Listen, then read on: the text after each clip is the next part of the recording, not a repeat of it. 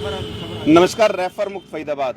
जी हाँ, वो 195 दिन हो गए हैं और समाज और फरीदाबाद की जनता के लिए अपनी आहुति देने को तैयार है। बीमार हो गया है, वजन घट के 75 किलो से 55 किलो हो गया, परंतु ना तो जनता सुन पा रही है।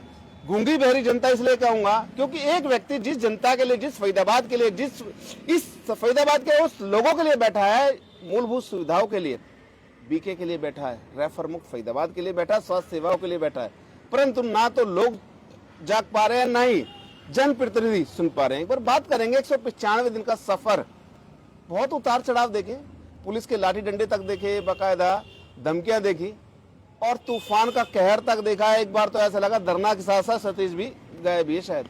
बात करते सतीश भाई से। भाई जी नमस्कार। जी नमस्कार। लबालब दिख रहे हो पसीनों से। देखिए, आप सभी पत्रकार साथियों का धन्यवाद। और सबसे पहले तो मैं सभी से निवेदन करूंगा कि हीट वेव चल रही हैं, तो 12 से 5 जो घर से बाहर ना निकलें। हमने कल अपने साथियों से भी निवेदन किया था कि धरने पे ना आए, आना हो तो शाम को आएँ।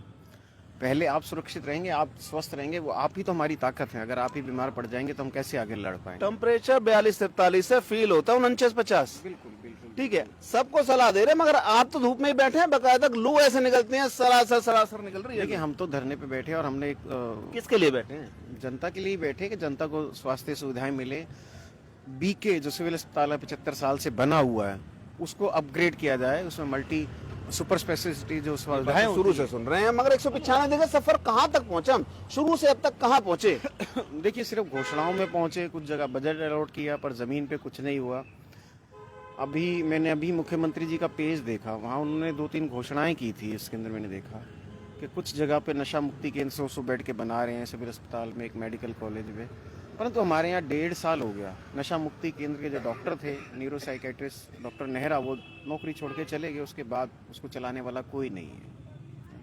पूरे लोकसभा क्षेत्र में आप देखेंगे टीबी यूनिट नहीं बना रखी, टीबी का अलग से वार्ड हो जिसमें आईसीयू की सुविधा हो, डॉक्टर्स हों, 24 घंटे उनको मॉनिटरिंग की जा सके, ऐसा कुछ भी नहीं है यहाँ पर। मैं छोटे से शहर जींद गया था अभी, जो हरियाणा के डिप्टी स्पीकर हैं, बिड्डा जी से मिलने, तो वहाँ का सिविल अस्पताल मैंने देखा।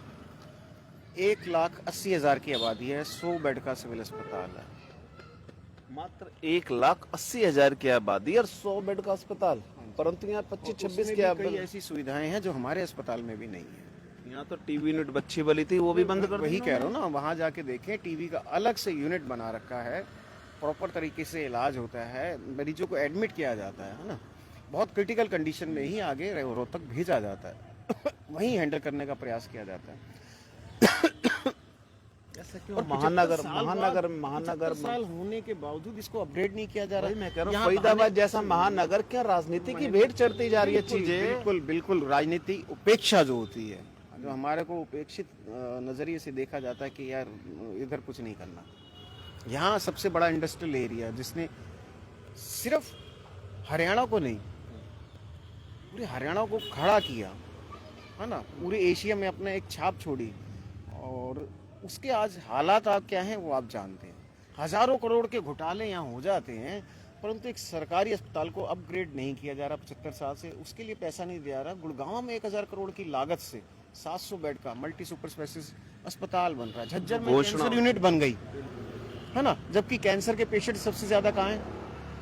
आप चेक कर लीजिए। कैंसर सिटी फरीदाबाद घोषित हो चुका है। वही कह रहा हूँ ना, कैंसर सिटी यहाँ है और इलाज कराने आप झज्जर जाएं, है ना। एनजीटी की रिपोर्ट के मुताबिक फरीदाबाद अब रेड जोन में जा चुका है और बकायदा 100 में से 1 या 2 व्यक्ति कैंसर के पीड़ित हो सकते हैं। उनका कहना है कैंसर सिटी एक तरह से घोषित हो चुका है, परंतु अभाव इतना है, एक ही अस्पताल है जिले का सरकारी।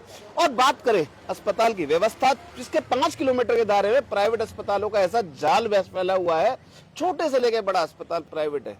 मैं आपको मगर उसमें क्या होता है, गरीब आदमी पिसते चक्की में पिसता जाता है। सरकारी में कुछ नहीं मिलेगा तो प्राइवेट जाएगा ना, जान बचाने के लिए, क्योंकि दिल्ली अस्पताल में अपने पूंजीपति या पूंजीपतियों के सब प्राइवेट अस्पताल में, वही कहीं ऐसा तो नहीं नेताओं का संरक्षण प्राप्त? सुन लीजिए, पूरे लोकसभा क्षेत्र में 70 से ज्यादा मल्टी स्पेशलिटी और मल्टी सुपर स्पेशलिटी जो सर्विस है अस्पताल है अमीरों के लिए। गरीबों के लिए क्या है? 100 बेड का पलवल में, 200 बेड का यहाँ सिविल अस्पताल, जिसमें मल्टी स्पेशलिटी नहीं है, सुपर स्पेशलिटी नहीं है, है ना, सुपर स्पेशलिस्ट डॉक्टर नहीं। अभी मोदी जी ने घोषणा की थी, प्रधानमंत्री की घोषणा पे भी ये हरियाणा सरकार कुछ नहीं करना चाह रही। कैसे बताएं आपको कि हर सिविल अस्पताल में डे केयर की व्यवस्था की जाएगी जिसमें कीमोथेरेपी होगी, पर ऑन्कोलॉजिस्ट डॉक्टर नहीं है।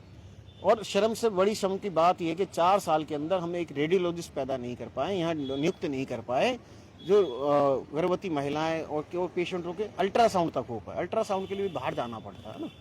छायसा मेडिकल कॉलेज की आप खुद जानते हैं, मेरे साथ कई बार आप गए हैं। व्यवस्थाओं की सतीश भाई की आईडी मेंशन कर दूंगा, बकायदा सारी व्यवस्थाएं जो अभी तक बता चुके हैं। क्या अर्थ यहाँ व्यवस्थाएं जो अव्यवस्था फैल चुकी है यहाँ पे सब चीजों की वो बताएं। फिलहाल इन्होंने 195 दिनों का जो उनका सफर था, मंत्री से लेके संतरी से, कैबिनेट मंत्री से लेके और सीएम तक सबसे मुलाकात करी है। अभी हाल में सूबे के मुख्यमंत्री से मिलके आए हैं, मुखिया से मिलके आए हैं। जी बिल्कुल बिल्कुल। क्या कहा वो मुलाकात? देखिए, सीएम साहब ने बोला कि ट्रॉमा सेंटर बनवा देंगे।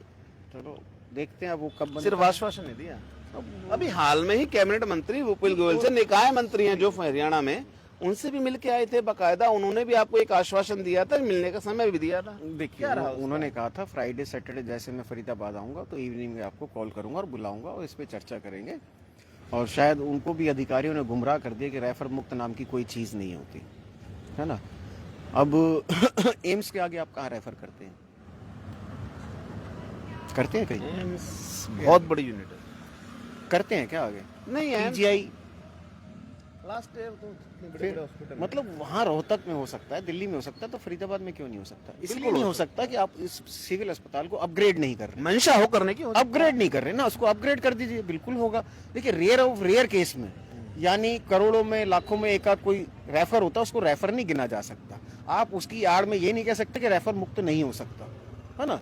क्योंकि अधिकारियों की मंशा इसलिए नहीं है कि उनके यहाँ पे जो सेटिंगें चल रही है प्राइवेट अस्पताल में, आप जानते हैं, इस बीके के आसपास ही चले जाएंगे तो 20 दलालों के फेर में दलाल होते हैं एम्बुलेंस वाले, उनके फेर में एक गरीब आदमी, एक मजदूर आदमी, एक वंचित आदमी फंस जाता है, उठा के प्राइवेट अस्पताल ले जाते हैं, एक मोटी मोटी कमीशन उसको ले ली जाती है, जैसे किसी प्राइवेट अस्पतालों से। इसके अंदर देखिए ना, क्या ये व्यवस्था यहाँ के जो सक्षम अधिकारी हैं उनको नहीं पता? उसके बावजूद उन पे कार्रवाई ना करना ये दर्शाता है कि मिली भक्ति है। आपकी हालत खराब होती जा रही है। सिर्फ 4-6 दलाल जो इनसे रोक नहीं पा रहे, तो व्यवस्था क्या बदल पाएंगे अधिकारी? वही मैं कह रहा हूँ, आपकी हालत खराब होती जा रही है व्यवस्थाओं के बदलने के चक्कर में। 195 दिन, मैं कहूँगा हरियाणा का सबसे लंबा धरना मेरे हिसाब से। तो हरियाणा मेरे हिसाब से अभी तक मैंने अपने होश में इस पत्रकारिता के क्षेत्र में मैंने देखा 195 दिन लंबा धरना फरीदाबाद हरियाणा के अंदर नहीं चला। देखिए, 195 क्या, हमें 5 साल भी लग जाए, अगले इलेक्शन तक भी बैठे, जब तक इस समस्याओं का समाधान नहीं निकलेगा, सरकार जमीन पे काम नहीं करेगी। मैं तो यहाँ से उठने से 5 साल रह पाएंगे आप? बिल्कुल। 75 किलो से 55 किलो। देखो, वो ईश्वर के हाथ में है कि हम रहें, इस धरती पे रहें तो हम यहीं रहेंगे जब तक समस्याओं का समाधान नहीं होता। ऊपर चलेंगे तो उसकी तो कोई गारंटी नहीं है ना, वो किसी की भी नहीं है ना।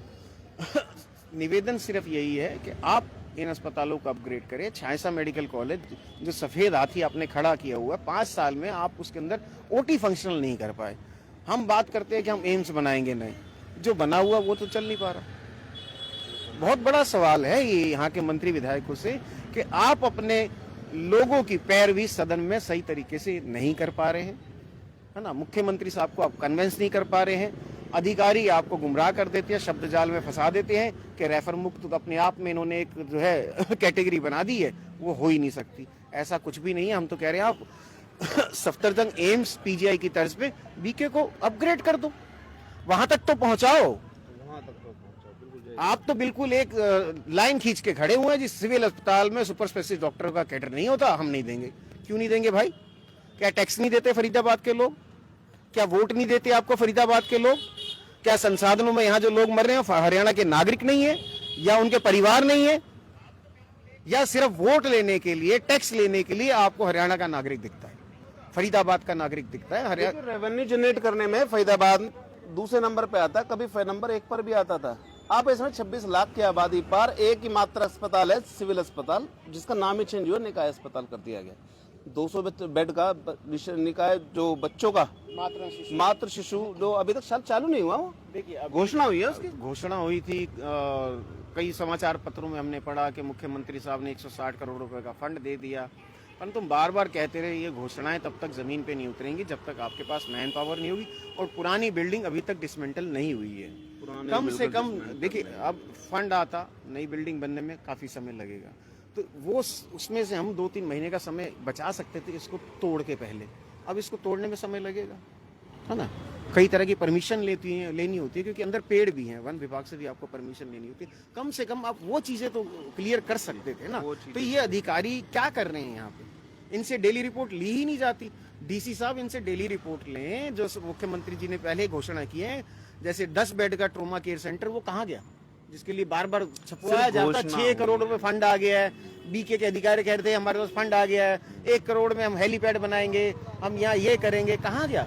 आईसीयू चालू करके ताली बजवा के अखबारों में छप गया, हमने भी धन्यवाद कर दिया। जब बाद में हमें पता चला कि उसके लिए तो डॉक्टर अभी तक आए नहीं है, रेजिडेंट डॉक्टर नहीं है, एनेस्थेटिक नहीं है हमारे पास, है ना। ये कह रहे थे 24 घंटे ओटी चलेगी, उसके लिए एनेस्थेटिक कहाँ है? आईसीयू चलाने के एनेस्थेटिक कहाँ है? फिलहाल देखिए, इनका यही कहना है कि सरकार दावे पे दावे और वादे पे वादे कर रही है। अखबारों में बाकायदा मोटी मोटी हेडलाइनों में अधिकारियों पे लगाम लगा, उनसे काम बाकायदा छापा जाता है जो जो इन्हें घोषणाएं की, परंतु उन पर एक तरह से निगरानी नहीं रखी जा रही है। जिला उपायुक्त महोदय से निवेदन कर रहे हैं और हम भी अपने चैनल के माध्यम से कहेंगे, जनाब कृपया इस और ध्यान दें। जो आपके अधिकारी हैं, छोटे अधिकारी हैं, जिस लाइन के हैं, उन पर ध्यान दें और बाकायदा उनसे टाई अप करते रहे, फॉलोअप लेते रहे कि आखिर काम कहां तक पहुंचा। और बात करें अस्पताल की, शायद व्यवस्था बदलेगी, क्योंकि लगातार 195 दिन हुए हैं और कहना है इनका चाहे जान चली जाए, आहुति देनी पड़े, समय की आहुति देनी पड़े, शरीर की आहुति देनी पड़े, मगर फरीदाबाद को रेफर मुक्त बना के रहेंगे। तो जोड़ेंगे अगली कड़ी में, बने रहे मेरे साथ। धन्यवाद।